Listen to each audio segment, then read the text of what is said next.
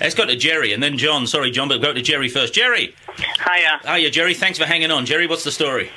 Mine's a story of sporting unrecurringness. Unrecurringness? Uncaringness. Uncaringness. I do apologise. Heartlessness. Heartlessness. Here we go, then. You're in the confessional, my friend. Okay, right, here we go. I was playing. Now, you have to understand, I was not the world's best player, playing at university. Yeah. I weighed about as much as a wet bag of chips. Yeah. And I ran off the pitch and under a tree.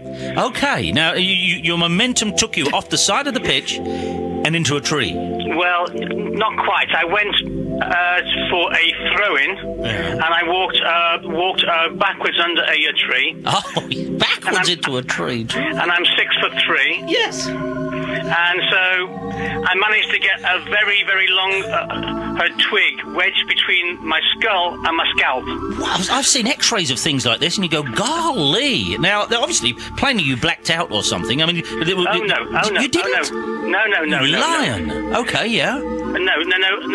I kind of ran back onto the pitch. Yeah. And my teammate said, get lost, and they rolled me off the pitch. Rolled you off the pitch? Yes, because I had this big thing sticking up my head. Oh, then this is part of the tree you backed into while taking a throw-in? Yes. Okay, yes. And the upshot of it, you went to hospital, did you? Oh, yeah, well, yeah, no, so here I am lying on the side of the pitch with this twig in my head. And so they said, well, let's get in the hospital, and they had to, the only thing they could think of was a convertible. Okay. Now, somebody had an ancient Triumph Herald. Because you said you're 6'3"? 6'3". 6'3", with the added tree. You're topping 6'6" now? No, the twig was about 2'6". Oh, man alive! Suddenly Crouch has lost his title here. The tallest footballer ever. Adding those two together is 8'9". He's 8, yeah. So you're in a convertible now, yeah. Yeah, I'm with long hair, of course, and with the twig sticking at my head. Yes. Driving through the streets of Sheffield. Waving at all and sundry. I was going to say, you'd have to turn around like Jackie Kennedy and say, tree in the head, by the way. Going to hospital, got a tree in the head. In my skin piece. Yeah. And this was so far from being the worst of it.